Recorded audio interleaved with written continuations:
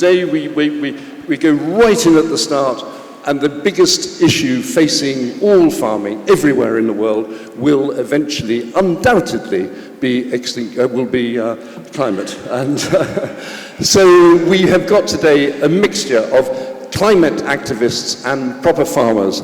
And somehow the idea is to bring them together. It's not to create enmity, it's not to try and find divisions, it's not to be aggressive, it is we're looking for the solutions at every point. So this is the theme of the next hour.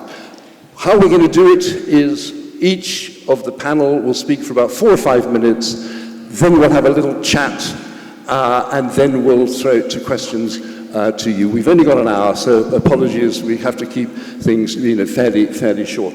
I'm just going to give you a very, very quick introduction to who we have here. Gail Bradbrook is extremely well known, probably to the police as well. But they're waiting outside again, sorry. So she was one of the co-founders of Extinction Rebellion and has got some very strong, very important ideas and views about how farming shall, could, and will develop inevitably over the next generation or so.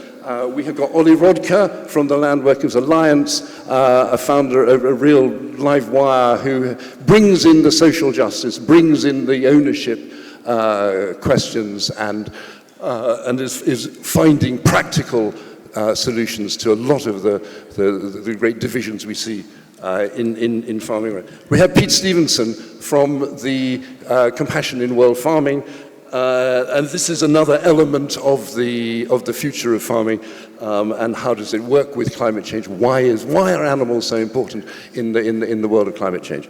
And then we have Paula Gaia, who originally from Brazil, but who is on the committee of La Via Campesina. If you don't know this bunch, they are the biggest in the world. It's only 200 million. These are the peasant farmers. These are the migrant laborers. These are the people who are feeding the world right now. And it's a fantastic pleasure to have her here. So it's a great. And then finally, in Zimbabwe, even now I can't see him, but I know he's there. Nelson, you've got to hang on. Nelson Madzingwa.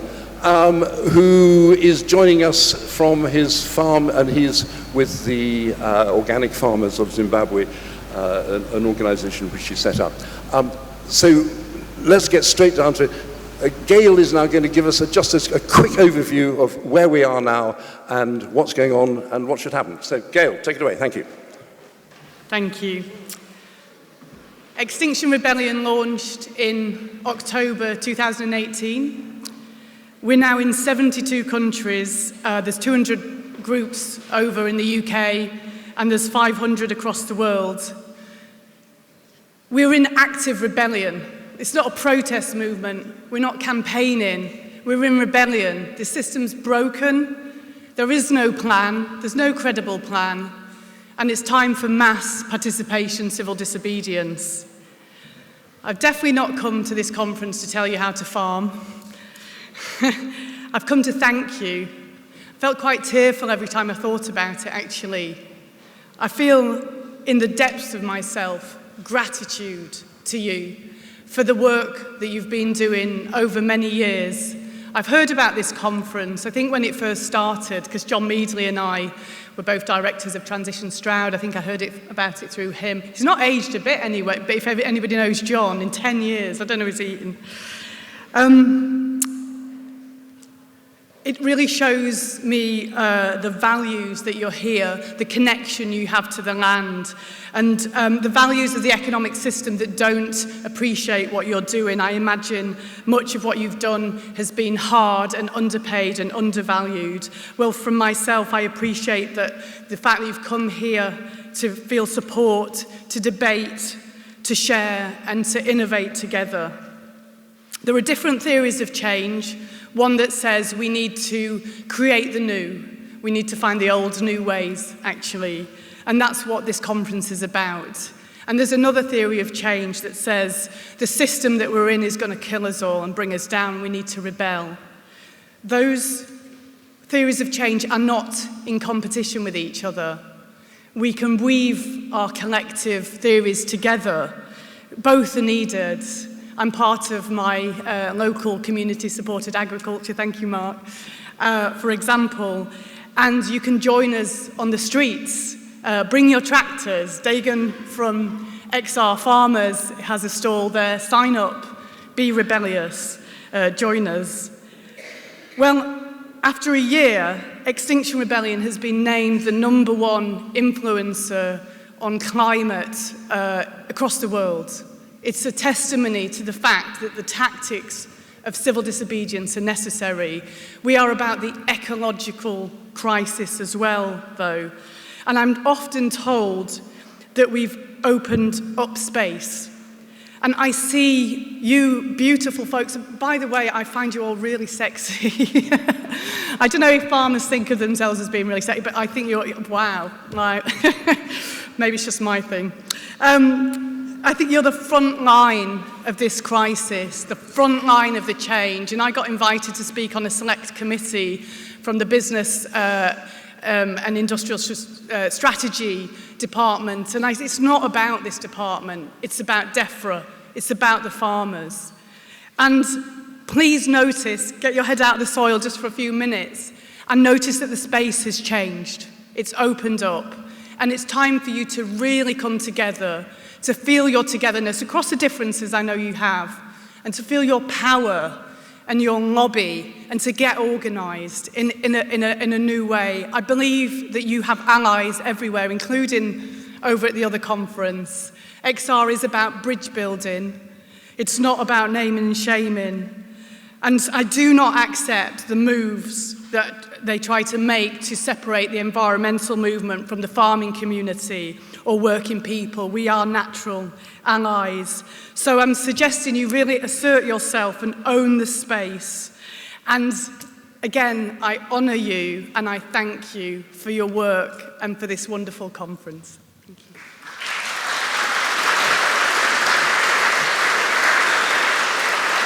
Okay, now Ollie, as you almost certainly know, set up the Ecological Land Co-op and also the Land Workers Alliance. So he's absolutely integral into the vision of the future of farming, and it's a very viable, positive, exciting thing. Oh, it was you, Ollie. Thanks.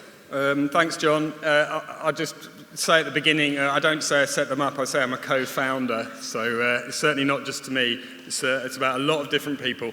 I'm going to touch on three things: agroecology, climate justice, and the need for political change.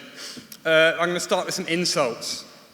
Oath, bumpkin, lout, buffoon. Who am I talking about? I'm talking about peasants. According to the English dictionary, those are all synonyms for the word peasant in this country.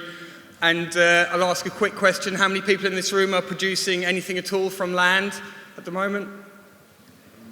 And how many of you would call yourselves peasants? Well, a surprising amount, actually. I'm surprised by that. But what that tells you is that the roots go very deep in terms of the changes that we've got to make in this country.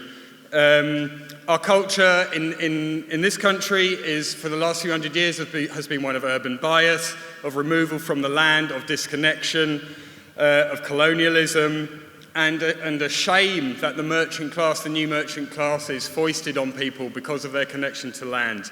And that is part of that tells us the depth that we're going to have to go to make the changes that are going to be necessary, because we've got to change the language and we've got to change a lot of the structures that we're living with. Now, Landworks Alliance believes that agroecology can cool the planet. That's our vision, and our vision is that land production, land use in harmony with ecology has got the answers. It can heal the earth. And as Jyoti referred to earlier, we believe that means land sharing. That means finding ways to have multiple uses from land, not compartmentalize production over here and nature over here, because that just maintains the status quo and it maintains the structures that are causing the damage. We know that natural solutions are the right solutions, and that we don't need new technical knowledge. We don't need any new inventions. We don't need a £100 million agri-tech fund. We need a massive rollout of agroecology. Agroecology is a set of principles that frames production differently from conventional production based mainly around yield. Crucially, it says that there's a social dimension, that you can't disconnect farming systems from social systems and cultural systems. And in a nutshell, I'd say agroecology, if you're farming on the ground in practice, it means grow more plants, build soil fertility, plant more trees. That's my one-sentence descriptor, but there's a lot of detail we could go into, obviously, and people here know more about it than me, I'm sure, about more perennials, about less soil disturbance, about better fertilizer use, green manures, about using less poisons on the ground and on nature, and finding ways that heal the planet and know that they will heal us as well, because we are part of that system. Sadly, the UK is not a global leader in agroecology, although we're actually relatively well placed. We have the funding and we have a pretty benign climate in global terms with few extremes so far. And so I hope that this conference can be part of changing that. So LWA also has a vision of climate justice, and what do we mean by that? We mean that we need system change, not climate change. We mean that climate violence is caused by certain structures and systems, and it affects certain systems and people in different ways. That's not equal, and that it's not that climate is not just a narrow technical scientific issue. It's one about politics, about economics, about fairness, about equity. And unless we're dealing with those things, we're not dealing with the real problem. So we have to start by listening to the people who are most affected and responding to their needs and what they're saying. And at the moment, that's not happening. And if we have the temperature rises that are predicted, that is obviously extreme violence to millions and millions of people and to animals. And at some point in the West, in the rich lifestyle West, we're going to have some serious choices to make about what we're going to choose to address the challenges that we have. And that's going to be tough, but at least it's going to mean that things are changing. Because when we have a real choice, it means that we know we can go in one direction or the other. And we can see the injustice around the world, obviously, but right here in the UK, there's also climate injustice. And I would say, in the way that we know in the LWA, that there are thousands of people who want to be producing constructively, ecologically. They want to make farming and forestry products that are holistic and not based on an extractive economy, and yet they don't have the access to the land and the resources they need. And why not? Because other people have them. It's not because they're not there, it's that some people have and some people don't. And the laws in this country protect the haves against the have-nots, and I would say that is part of our climate injustice that we have to address. So what we need politically is we need land restorers, and we need people who are willing to rock the boat, and obviously Gail from XR has referred to that. We need to all recognise that business as usual is not an option, and that the political system is failing us. And they don't mind us talking here about all the problems, because they're very happy to know that we've got a system that's very decent and enlightened and lets people criticise and get together and discuss solutions. But what they don't like is when we actually create structures and take resources and change the very basis of the way that the economy and the culture works. And I think that's what we've got to start looking at about how we can do that. I have to mention fossil fuels. There's a lot of debate about the sources of climate violence. The primary cause is burning fossil fuels, and we can't get away from that.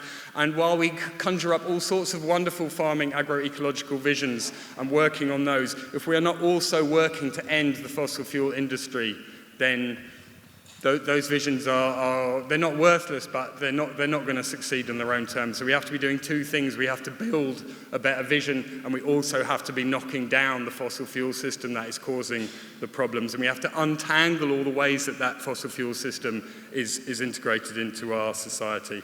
There used to be a slogan, John will know, old environmentalists like me will know, no jobs on a dead planet. And I would say in the farming sense, there's no agroecology on a dead planet. So the creation of this new system must go hand in hand with destroying that old one. They can't live alongside, and we have to recognise that need. And we have to recognise the fact that modern life has de-educated us from working together on collective solutions. And we have to address why we find it so difficult to work together and to create the collective solutions that we need. And if we're to reach net zero, in 10 years or so, which I believe we must, we've got to ask ourselves, how are we going to work together better to do that? How can we learn from history? How can we spread knowledge? How can we look at what happened in the Second World War, where we transformed an economy in an incredibly short space of time? How can we use the knowledge of the transformations that have happened to help us make the transformation that is going to have to be put in place in the next few years? Sadly, I think we are still losing. I don't want to feel that this is not about doom and gloom. This is about recognizing the state we're in and the need for us to raise our game and to look at ourselves and the organizations that we're part of and go, how can we do this better? Because it's still not working. We think, here we're 1,000 people and it all seems great and we're doing all sorts of brilliant things, but we are still a drop in the ocean, and we've got to spread out better and learn from each other better and listen to each other better.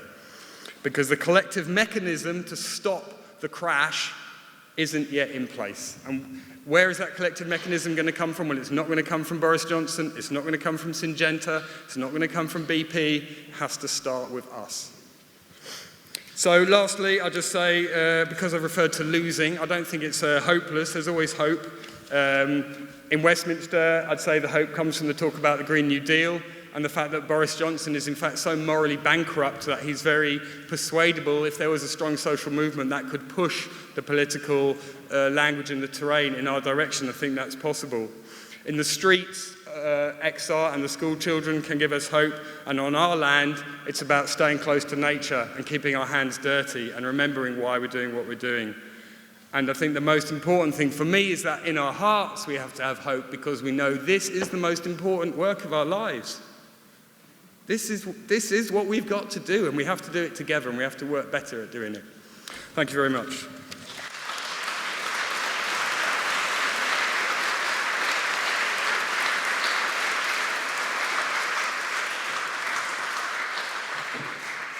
Thanks, Ollie, very much. We're now going to try the wonders of technology and see if we can go to Zimbabwe for Nelson Madzingwa. Blimey, you're there. Hello, welcome. Nelson, I don't know if you can see us, but we can see you. And what we know is that Zimbabwe at the moment is going through the most ghastly droughts and agricultural problems.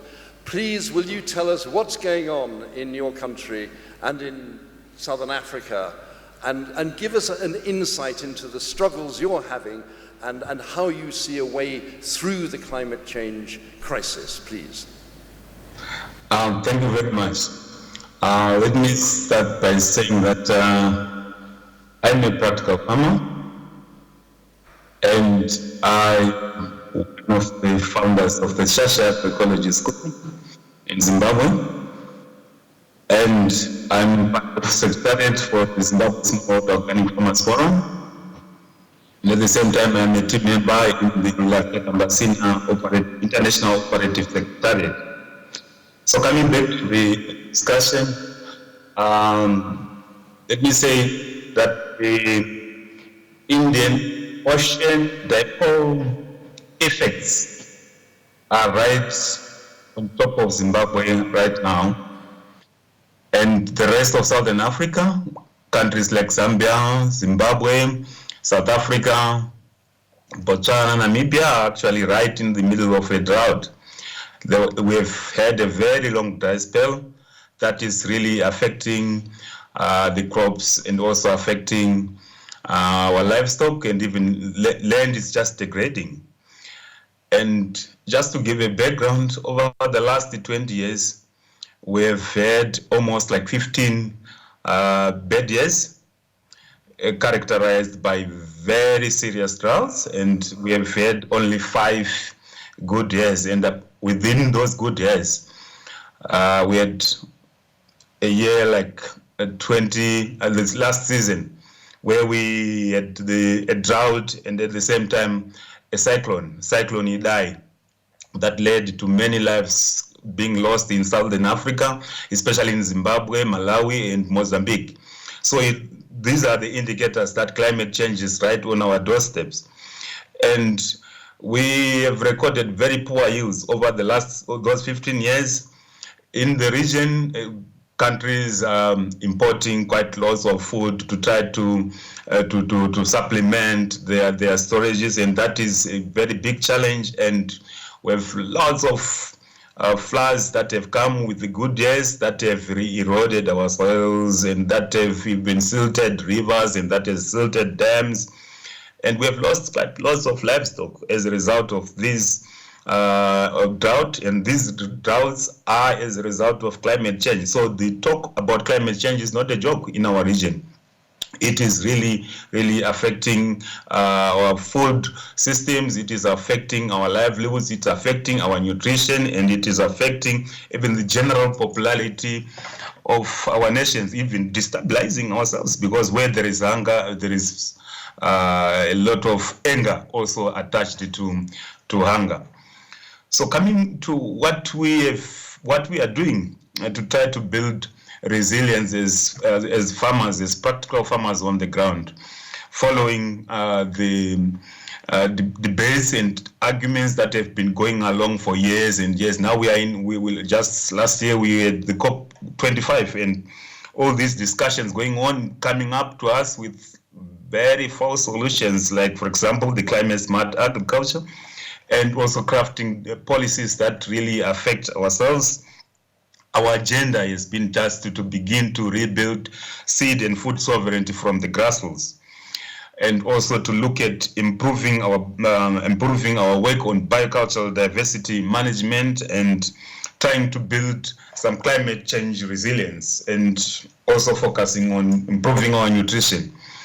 And the basis of this is actually rooted and anchored by our spirituality and cosmovision as the indigenous people of Southern Africa. In particular, I will focus this discussion on Zimbabwe, where we value the link between the spiritual world, the social world, and the natural world, how these are connected and how these function together to help strengthen the humankind.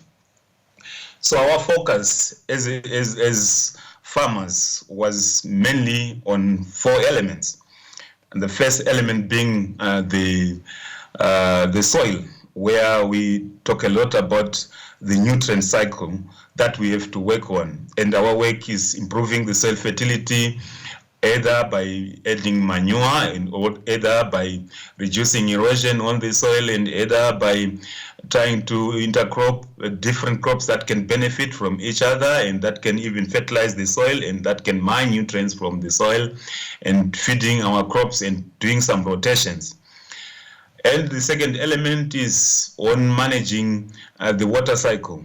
We have seen that with these droughts and the floods that come, we have mobilized our membership to be very much into active participation on water harvesting at micro and macro levels, starting from the households, to harvest at least every single drop of water that flows onto our soils. And by this way, we are fighting a war. This is a struggle that we need to manage our water system, and we want to avoid a situation whereby we can create a war between the soil and the water. Our belief is that the soil will have to survive together with the water when water sinks into the soil. So managing the water cycle has been one of our biggest tasks. Then the third element is on local food web. The local food web is based on our farmer-managed seed systems, where we have revived the culture of growing our own indigenous seed varieties that are very resilient to the different climatic conditions and that can survive with us, as opposed to seeds that are coming from companies that we don't even know, the breeders that breed seed which we don't own. So we depend very much on the seeds that are within our communities, and these are diverse seeds that are very nutritious and which can grow even in very bad seasons. Like for example, this season, which is as bad as it is, we still have our crops surviving under such bad conditions. Then the fourth element is to talk about the succession and stability, whereby we have to manage natural resources, the trees, the grasses, the indigenous species, and to make sure that communities live well with their indigenous species and they manage them in an ecological way. And that is made us to establish what we call the Shasha Agroecology School, which has centers of excellence that have demonstrated beyond reasonable doubt to set up state-of-the-art examples that are very practical, where many farmers are coming to us to see whatever we are doing through exchanges. The information is going on and spreading, and other farmers are adopting to the new technologies. Nelson, whoa, can I, we've got to... I've talked more than 5 minutes. Can we just stop you there for a few minutes? We're going to come back to you. Can you hear? Yes, thank you. Thank you. Thank you.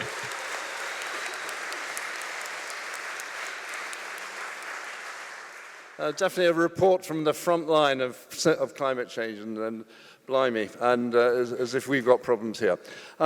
Okay, so now we're going to come back to Via Campesina, this extraordinary body which was, I don't know, it's worldwide.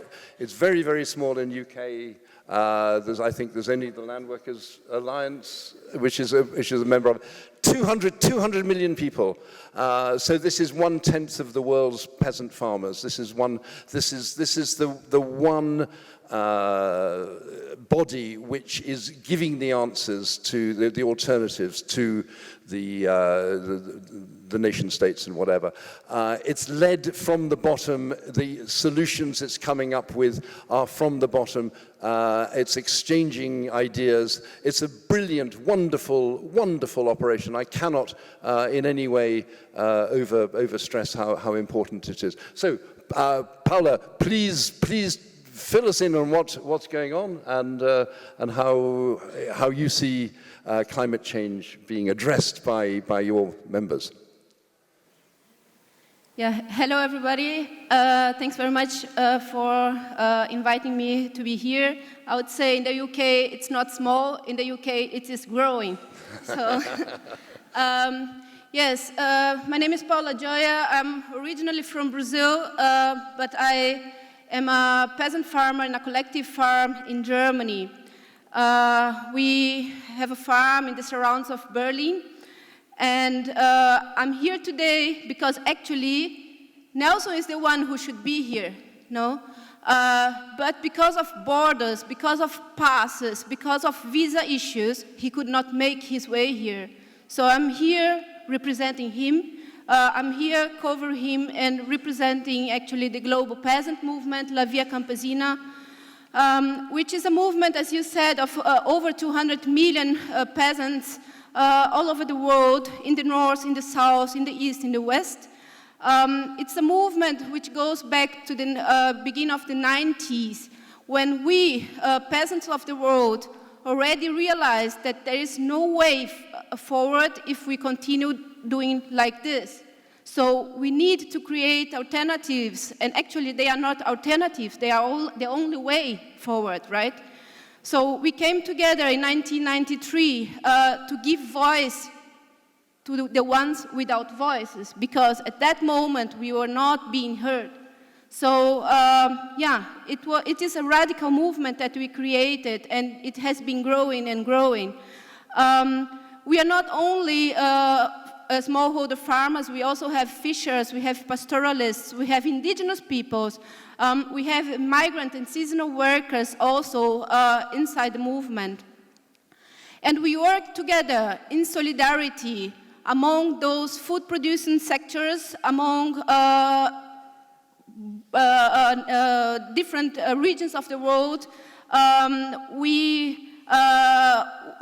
We are not like borders doesn't represent something for us. We are in solidarity, right? And we are working together for real systemic change in agriculture, but much further than that, because everything is connected. But of course, food is basic. Food is something that all of us need. So this is a key sector to work in if we want to achieve change. For us, there is the way forward need really needs peep sovereignty instead of colonialism. It needs feminism instead of patriarchy. It needs social justice instead of oppression. And it needs food sovereignty and agroecology instead of industrial agriculture. If we want to remain alive as species, because the planet, the nature is going to keep going on without us, but if we want to keep alive as species, then we need really all those things. We need justice, we need human rights, we need respect among each other, and we need respect with nature to keep alive. And yeah, and as the first speaker today said, we need to be radical, and that's what La Via Campesina has been doing. Nelson just gave us a short report from the front line, and we peasants are in the front lines, in the south, but also in the north, no? And we are facing climate change, and day by day, daily in our farms. No, we are facing the so-called natural catastrophes. They are not natural, but we are facing them, right? We are facing also the impacts of the so-called solutions being negotiated by politicians together with the industry, right? But we are actually at the same time the ones bringing real solutions, as Oli already mentioned, no? Agroecology, and food sovereignty, radical concepts. And yeah, and I think something radical as well is the way Via Campesina works, as I said, together, hand in hand, north and south, east and west, and unifying instead of splitting, how capitalism does. No, capitalism is splitting, isolating us from each other. And finally, I think one thing that is extremely important is really, when we talk about change, we need, and also about the solutions for climate change, we really need to put human rights and respect to the nature in the front, to the agenda. So far, this has been lacking. No, they are only talking about profit, about keeping our habits, business as usual, the commodities and so on. We have to stop that. We have to really respect nature, but also consider the rights of the people, the right holders. And we peasants, we are right holders. Since last year, recognized also by the United Nations, we have now United Nations declarations on the rights of peasants and other people working in rural areas, where our rights are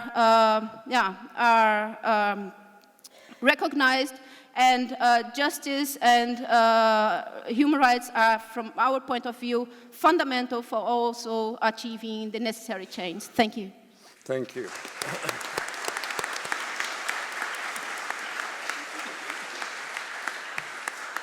Thank you, thank you, Paula. I've seen the most extraordinary ways in which small farmers in developing countries, in Bangladesh, in India, in Malawi, wherever, how they are adapting, how they are finding the ways, they're finding the solutions, they are exchanging their ideas.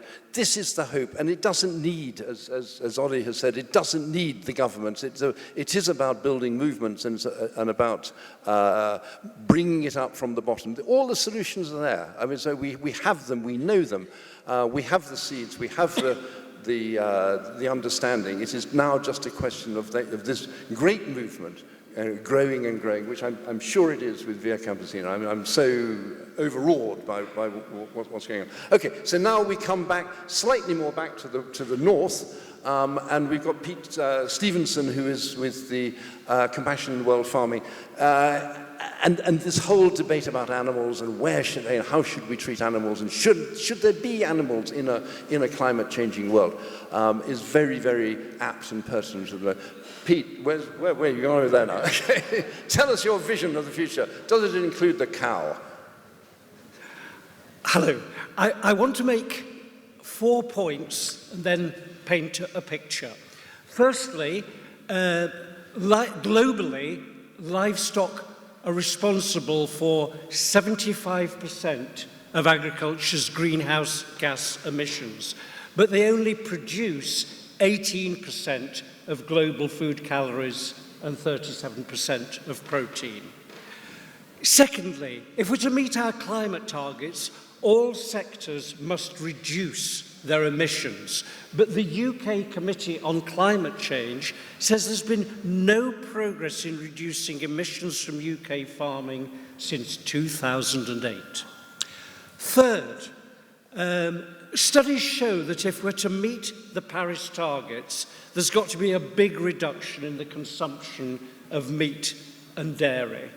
Only a shift to much more plant-based diets, to flexitarian diets, can provide a sufficient reduction in food-related emissions.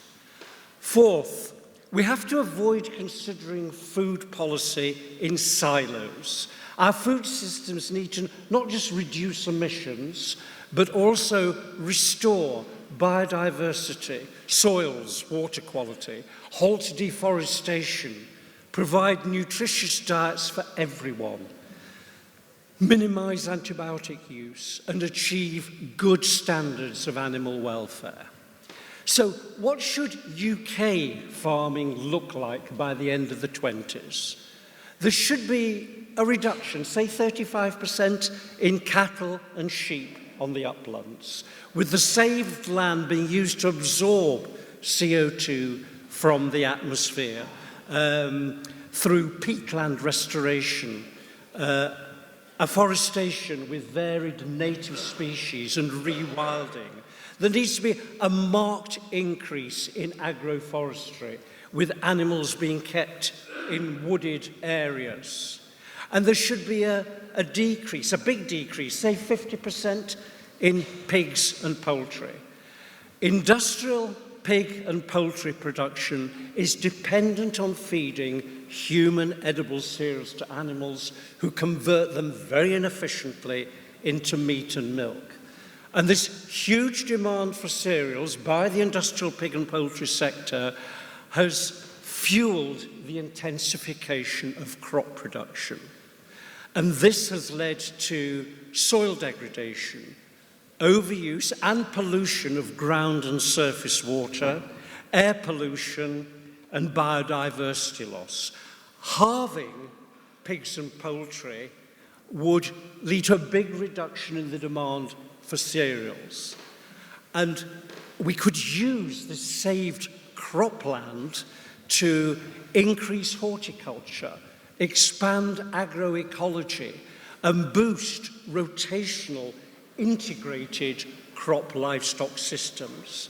Now, in the grazing part of these rotations, soil quality can be built through animal manure, through including legumes such as clover in the sward, and by the ability of the roots of grasses to collect minerals from deep in the soil.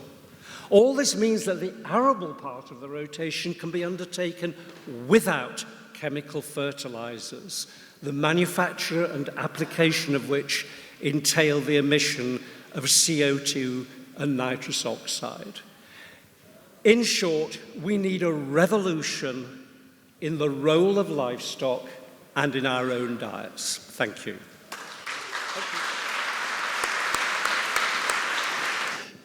Can you now address, as in short questions, please, your questions to the panel, because they would, I know, would like to hear from you. Can I just start with how many of you are reducing your meat intake at the moment? Or how many of you actually, blimey, how many of you still eat meat? How many? Yeah, okay, right, well, now let's ask some questions of Ollie and co. Any questions there? One on the far left, please. Can I just say, if any questions are for me, please speak loudly, because my hearing is very poor. Thank you. Charles Castle, veterinary surgeon, and we have Northern Dairy Shorthorn, which we manage using rotational grazing in the way that Alan Savoury has been promoting. Is the panel aware of the work of Alan Savoury in Zimbabwe? Because I think if you're not, I'm speaking to the gentleman who says he's deaf, who's the Compassionate World Farming. I'd ask you to look at that, his videos on YouTube, because it is illuminating, and it certainly got me on from a background of coming from a traditional farm background where my father was very unhappy with the industrial system, and moving towards how do you manage grassland? And I think is the answer. Is that the question? How do you That's the manage question, yeah. Okay, Ollie, to come in there, and then Pete, please. It's crucial that we should be investing research right now into the carbon sequestration of grasslands and how we're managing livestock. It's not happening properly, and we don't have good peer-reviewed scientific research about the levels of greenhouse gas emissions versus carbon sequestration in soils in this temperate UK climate. And it is madness that we're not investing in that now, because we need to know. So I don't take a position on whether Alan Savory is entirely correct, but I do think that it's important that we recognise that the real dynamic, our choice of the dynamic is between industrial farming systems and non-industrial farming systems. And if we let the argument become one of animals or not animals, that's a wrong question, and it's a big distraction, because animals... I'll leave it there. Okay, no, Pete, come in, please. No, I think it's, other people can speak. Or I just think we have to ask the right questions, right? And there are a lot of wrong questions going around. And we also don't have good enough information about this country. We have a lot of global figures about global summaries of animals and grasslands. We don't have good information about the UK. Pete, come in very quickly, please. Yes, as I hopefully made it clear, a really great believer in rotational integrated crop livestock systems. I would particularly commend the Pasture-Fed Livestock Association, which is a group of farmers with their own very high standards, and those standards include feeding no grain at all to cattle and sheep. And this is crucial. It is the dependence on many livestock systems for human edible grain that is leading to so many environmental problems. Very few politicians are making the link and realizing that it's industrial livestock that are fueling intensive crop production with all these monocultures and agrochemicals. Good point. Okay, next questions, please. One in the front here, or third row, please. Hi, Tim Martin from Farm Wilder. My question is for Gail, and it feels to me like there's a battle going on for kind of the soul of young people coming through who are giving up on our food system because it's so shocking, going vegan, and yet the debate is so polarised that either you're an enemy of the planet or you're a vegan, and yet those are the very people we need to be supporting schemes that are promoting pasture-fed, organic, sustainable meats. How do you win that argument with those people who are so passionate but have given up on meat entirely? I think you need to talk about biodiversity loss and not just make it about climate change. John Meadle is a brilliant advocate for the role that ruminants play in biodiversity. And actually, you don't have to eat the animals if you don't want to. If you feel that there's an argument around speciesism that vegans make, and they feel very deeply passionate, and it's recently been recognised as a semi sort of religious belief, and I think that's totally, I honour and respect that, and annoyingly have actually been vegan myself. I say annoyingly because I hated people who used to be vegan. It doesn't suit my body. I think we need to always talk about the ecological crisis, not about climate. Climate makes it about carbon. It's not an issue of carbon. That brings the technology people in and the business people, and there's nothing entirely wrong about that, but it's fundamentally about our relationship with nature. We need to talk about nature and the water. And when Michael Gove says that soil is going to be infertile in 30 to 40 years, we've got allies all over for that argument. But also, you can't win arguments with young people. We need that passion. And just keep making your case and make your lobby as big as you can, Okay, and one over here now, please. David Davis, I just wanted to ask, there's been a lot of generalisations that clearly says farmers must reduce their carbon footprint. But I would suggest that actually not many farmers know what their carbon footprint actually is. And that actually a first step along that road is finding a means for kind of everybody to know what their carbon footprint actually is, and then they can set up an action plan to do something about it. And how do you actually kind of get farmers to take that first step? Okay, very, very good point. How many farmers are here, and how many of you actually know your carbon footprint? So 2 of you do, 3. Okay, some of you do anyway. Well, it seems like a good start. Next question, please. Hello, I'm called Charlotte Barry. I'm from a community-supported agriculture project in Cornwall. Correct me if I'm wrong, but I get the impression that agricultural colleges aren't taking the ecological crisis quite as seriously as we are. And if you agree with me, what do you think they should be doing to help young people coming into conventional agriculture tomorrow? One of the things we did as Extinction Rebellion before we launched was to go and visit Greenpeace. We took cakes and we took flowers and we occupied their offices, and we said it's not good enough, you know, what Greenpeace have been doing in terms of lobbying. And I think there's a way of being really respectful to colleagues, but also saying to each other we need to raise our games. I would encourage you folks, and we could team up with Extinction Rebellion, to go and occupy the offices of agricultural colleges and join with Fridays for the Future and so on. We need to be rebellious. Yeah, I mean, I would just follow that and say, yeah, the answer, I think, partly needs to come from people who are working and connected to colleges. So one of the things we could be using something like Oxford, this conference better, is for people who are working in the same sectors and in the same areas to get together and work out themselves how do they do that. Obviously, it needs a raft of things, from the top right through the people who are teaching there about what they know and what they're teaching. They're teaching what they know, and we have to help them to teach other things. That's going to happen in lots of different ways. There's no one answer, but you know, people who are there, let's get together and work it out. We're looking for.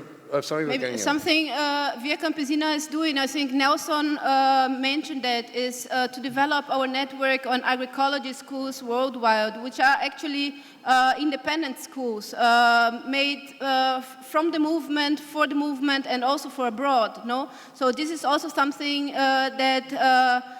Together with La Via Campesina here in the country, you could start developing, you know, because if I look, for example, to Germany, the normal system, educational system is co-opted. No, so if we want to have our own way being taught, we have also to create our independent schools. So agroecology schools could be also an idea also for the UK. Makes sense. So one question from the young man there, and then to the woman on the right, please. Hi everyone, Adam here from the Land Workers Alliance. I've got a question for Paolo from La Via Campesina and Nelson. It seems to me that what's happening at the moment in the UK is that our opponents are co-opting a lot of our language and encouraging us to spend a lot of time thinking about issues like livestock, whilst they progress a kind of corporate agenda to increase control of the food system through a whole load of high-tech gene editing and artificial intelligence strategies, and through creating carbon markets. And the effects of both of these things are to put pressure on peasant communities in other parts of the world, leading to land grabs. There's all kinds of conflict there that we, as a movement, need to be more aware of if we're to bring justice into the heart of our strategy and our vision. So my question for Paula and Nelson is, what can we, as social movements in the global north, do to foreground justice and highlight the issues that these corporate strategies are having on peasant communities in other parts of the world? Yes, I got the question partly, but let me try to respond to it. Our experience is that we have to build from the grassroots, right? And we need to connect ourselves. And our experience has been based on family farmers. If family farmers, if they connect together, they form what we call communities of practice. So the resistance must start from the family farms. Okay, now Paolo, we're coming near the end, but do you want to come back on that? It was a question directly to you. No, I think when we talk about justice, it's about also changing our own habits, right, here in the North, because the lifestyle the North has, who is paying the bill? The bill is being paid by the frontline communities in the South. So I think to talk about justice is also being radical in the sense of changing our, in terms of food, changing our food habits, but it goes much beyond food. No, I think we have to think about that. We cannot keep going as so far. I mean, this is a change for the society, but of course, if we talk about politicians, carbon markets, the negotiation that they could not make now in Madrid, no, it's about that. Because the northern governments don't want to reduce. They want to change carbon pollution, no, with other governments, right, who don't pollute so much. This is not right. This is, are we continuing colonialism or what? You know, so I think it's about that, just to be short because time is finishing. So. Okay, we're going to have to sum up. I'm really, really sorry. We have not got anywhere near enough time. We've even just scratched the surface. Ollie, just come in, you know, as a sort of conclusion, if you like. I mean, where do we stand? Where do we go from here? Right, well, in one sentence, where we all go from here, there's no one answer, is there? Everyone has their own place in an ecology of social change. But the thing that I think we're not doing well enough is discussing with each other and our organisations about how we use our place to produce the change. That's where we have to raise our game, and in places like this that we can do that. Because we all in our sector, and we all, you know, our organisations are writing reports, or our farmers doing great stuff, but we need to raise the collective impact of that. And that's not clear exactly how we do that. You know, there's a discussion there, and there's no one answer to it, but ignoring it isn't going to make it go away. And some of those discussions are hard, but we've got to face up to them, and we have to start carving out some space to do them. So, yeah, I mean, maybe that's a bit vague, but I don't think there is simplistic answers. We've got a very, very complex problem. But we do have loads of brilliant people and brilliant examples of what we're doing. So we have to look back at that to take the strength from that in the ways that we move forward. Gail, you set us off. Finish it off, please.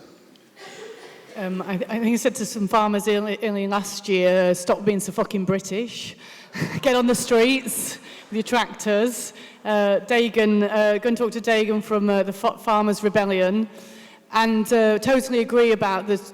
You balance that with the lobbying voice. I think organisations like Land Justice Network are perfect places to take that dialogue. I mean, you know, that's up to you guys, but form that lobby together and make your case. And I'll do whatever I can to support you, basically. And on that, we have to finish. I'm very sorry, but thank you very much for being a week up. Pete, do you want to just come in very, very quickly before we just finish it off? Yes. I totally agree with the point that was made that so many of the problems we have now are because we've lost respect for the world in which we live, our soils, our water, our forests. But we have also hugely lost respect for the animals that provide meat and milk. Yes, some farmers farm to really good welfare standards, but the overall welfare standards in this country and much of the world are appallingly low. Animals are kept in harsh, crowded conditions, suffer great pain and suffering. And in this country, we cover it up by this nonsensical remark that we have some of the highest standards of welfare in the world. I think we need really radical rethink about how we treat farm animals, because at the moment we impose lives of dreadful suffering on these creatures. Thank you. Okay.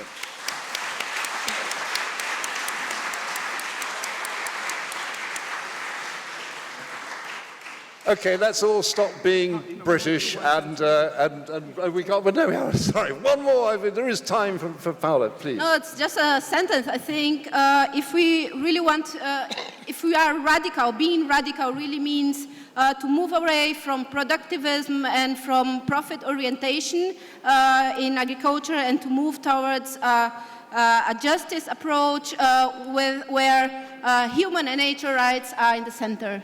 Yep. Well said, everybody. Thank you very much indeed. Let's go out and be radical. Thank you. Bye-bye.